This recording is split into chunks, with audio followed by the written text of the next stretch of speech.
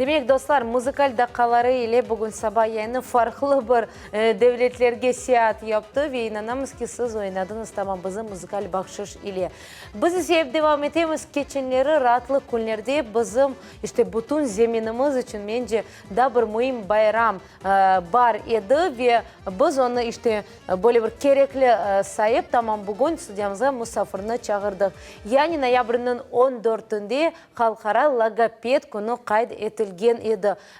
Bizim fikrimizge göre bu pek mühim zanaat ve tamam şimdi bu zanaatının incelikleri ve elbette ki logopednin tavsiyeleri bizim stüdyamızda yankıracak. Sübetimizni sakın kaçırmanız. Elbette, hürmetli dostlar, bizim stüdyamızda Екатерина Малимонова karşılayımız. Селям алейкум, здравствуйте. Здравствуйте. Как настроение, как началось ваше утро? Утро началось отлично, особенно когда оно начинается на телеканале «Милет». Спасибо большое. Прежде всего, поздравляем вас с прошедшим профессиональным праздником, Днем логопеда. Расскажите нам, представители данной профессии вот, празднуют ли как-то этот день, отмечают ли его? Да. Празднование Дня логопеда первый раз отметилось в 2004 году. Вот. И сейчас этот праздник с каждым годом набирает все больше и больше обороты. И появилась такая сеть, как Инстаграм, и в ней логопеды, естественно, пропагандируют этот праздник для того, чтобы большее количество людей узнало о том, что логопед – это тоже профессия.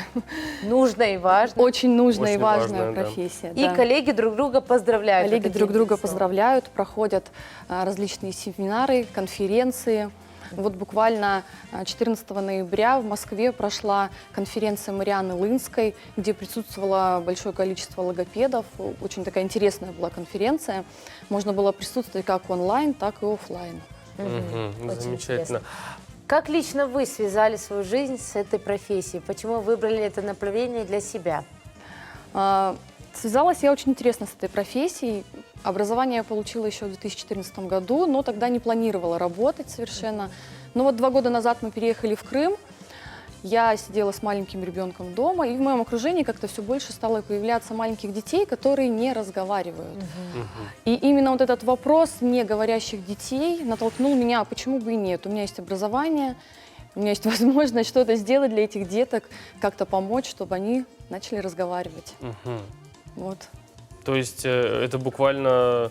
Буквально год назад я решила, что я хочу заняться этой специальностью, да, но я хочу, так сказать, частным образом, да, я мечтаю о том, что когда-то у меня будет свой логопедический кабинет, в котором также будет принимать нейропсихолог, где будет возможность у родителей получить консультацию психолога, психиатра, то есть получить полный комплекс обследований для того, чтобы ребенка вывести на хороший речевой уровень. Правильно ли мы понимаем то, что это был осознанный выбор в принципе как профессии, то есть образование, и в дальнейшем просто как-то оно не сложилось, и вот спустя некоторое время, так сказать, появилась возможность? Да, первое образование у меня преподаватель фортепиано. Я работала в этой сфере.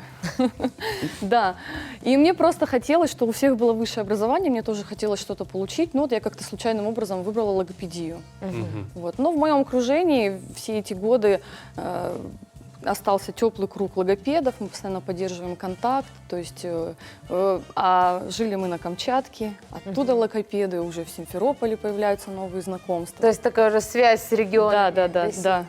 Замечательно. Да, вот логопед, кто это вообще такой? Да, мы вот все в своей жизни так или иначе либо сталкиваемся с логопедом, либо нет. В основном это происходит в детстве, да, в школьный период, когда возникают какие-то трудности, в школе мы попадаем к логопеду. Но вот что входит в основную сферу деятельности логопеда, да, чем он занимается, знаете, чем он помогает? Да, это наша небольшая проблема логопедии, потому что многие родители считают, что логопед – это просто поставить звуки. Вот. Но, к сожалению, за просто поставить звуки скрывается ряд нарушений. Глобальное, речевых, да? То есть речь – это высшая психическая функция, и ее нарушение является, значит, что-то еще там сломалось, а речь как проявление.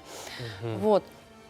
Поэтому, пользуясь возможностью, хотела бы посоветовать родителям. Если вы видите, что ваш ребенок где-то что-то не так, то есть вам кажется, что как-то не так, как у соседа, не надо слушать «подожди 3 лет», «подожди 5», заговорит. То есть нужно немедленно обращаться за помощью, получать это комплексно и выяснять, почему же так происходит. Мгм. А какие самые распространенные причины, да, вот того, что ребенок... Нет, сначала, наверное, проблемы какие распространенные. Да, да. Вот по-поздно начинает говорить, не выговаривает букву «Р», «Л». Это самый, да, распространенный? Сейчас по-моему, очень много детей, которые с задержкой речевого развития. Вот. Но задержка, понимаете, многие, например, неврологи, родители идут к неврологам, невролог ставит им задержку речевого развития. Нам это, как логопедам, ни о чем не говорит, потому что это просто симптом какого-то нарушения. Возможно, ребенок на слух не может различить неречевые звуки, естественно, и в речи он не будет пользоваться. Либо у него, например, нарушена иннервация, да, мышцы языка не работают, поэтому он не может говорить. Или, например, если ребенок не может перепрыгнуть, не может показать, где у него ухо, где у него нос, естественно, он и язык во рту не поставит в нужное место. То есть нужно работать над этим. Поэтому здесь такой широкий спектр, почему не говорит именно. И я хотела бы посоветовать всем логопедам на диагностике разбираться именно в механизме нарушения, что нарушено, а не просто, как, к сожалению, еще одна проблема нашей логопедии. Она же развивается, постоянно идет вперед. И есть логопеды, которые смотрят вперед, а есть, которые еще немножечко хотят жить по накатанному. И вот мне хотелось бы посоветовать, чтобы логопеды развивались, узнавали новое, и среди всей этой массы информации, которая сейчас нам подается, выбирали, анализировали ту, которая действительно ценная и важная. Для того, чтобы уметь именно определять механизм нарушения. Ведь от того, как мы определим, как на диагностике у машины, да, что сломалось, мы будем это чинить. Мы же не будем все запчасти там перебирать и все менять. Так и у человека нужно определить механизм у ребенка и работать именно над этим. Хороший, вот прям максимально понятный пример для меня это сейчас было, вот именно как с машиной. Да, но все-таки какие самые частые проблемы, с которыми сталкивается? Ну, непосредственно логопед, с какими проблемами чаще всего сталкивается? Какие звуки, да, скажем так, проблематичные? Какие звуки? К сожалению, сейчас появилась тенденция к тому, что самые первые звуки раннего антогенеза, да, это м, б, п, у детей отсутствуют. Которые раньше для нас, Да. например, в нашем возрасте казались Да, легкими, в да, нашем да. детстве, если быть точнее. Когда ребенок начинает гулить, у него как база уже закладываются эти звуки, и это самые первые, да, мама, папа, все эти звуки. К сожалению, вот почему-то стали запаздывать эти звуки сейчас.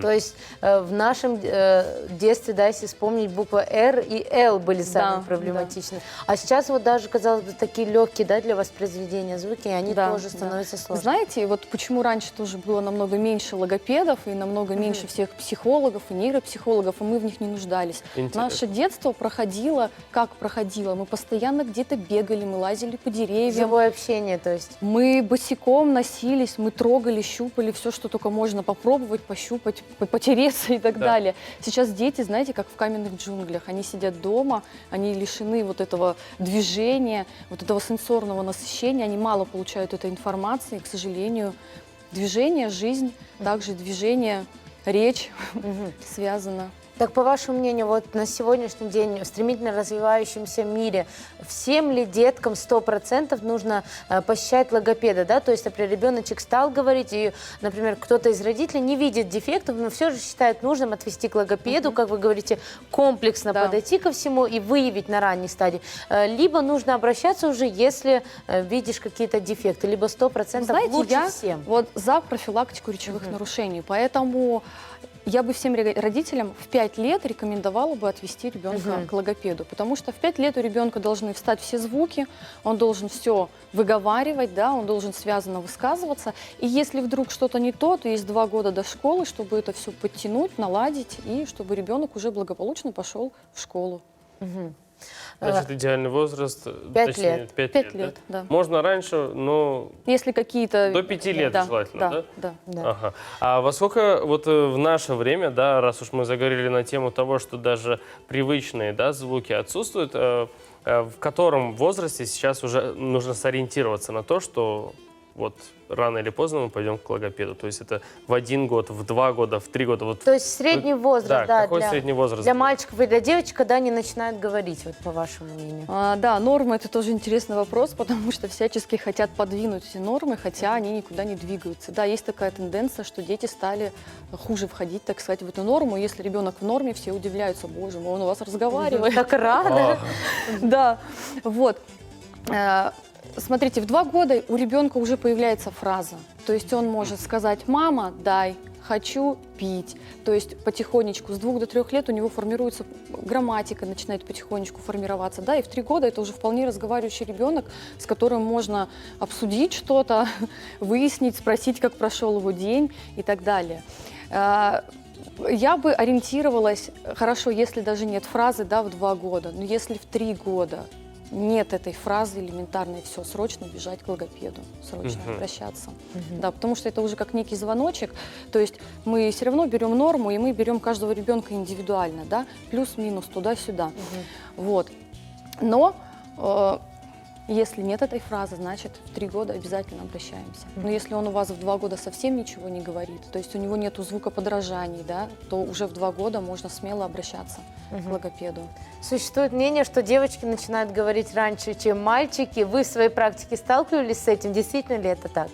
Да, есть такая тенденция, что у девочек немножечко что-то там сформировано, что они действительно начинают говорить чуть раньше, чем мальчики. Но лично на своем опыте, я не знаю, может быть, как-то у меня такое внутреннее чутье, у меня у самой 3 мальчиков.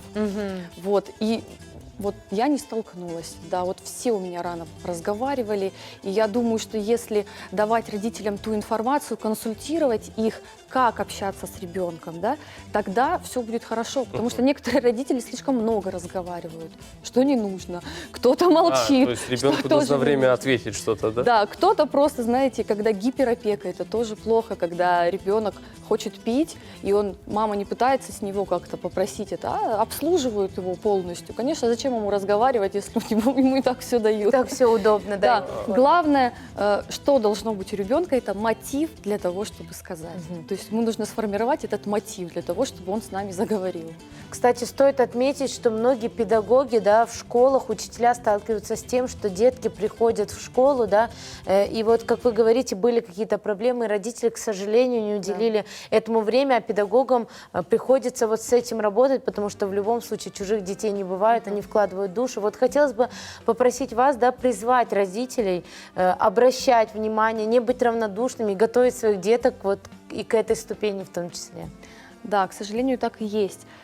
Дорогие родители, если вы видите у своего ребенка, который идет в школу, какие-то нарушения в речи, даже незначительный звук «р», «л» и прочее, да, как мы берем, это обязательно все перейдет потом в письменную речь и в устную речь. То есть обязательно появятся ошибки на письме, потому что все, что мы не откорректировали в устной речи, все переходит в письменную речь, и потом получается двойная работа.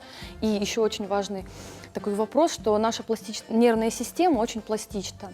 До 3 лет замечательно. Если мы успеваем неговорящего ребенка разговорить до 3, замечательно, он очень хорошо компенсирует себя. И также до 7-8 лет нервная система также хорошо поддается коррекции.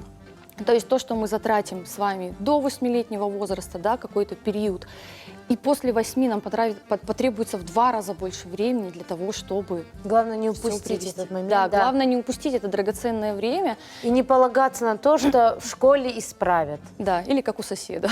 Да, на самом деле всегда нужно все-таки самому, да, вот правильно, что вот не нужно думать, не нужно смотреть направо-налево, на соседей, как у них.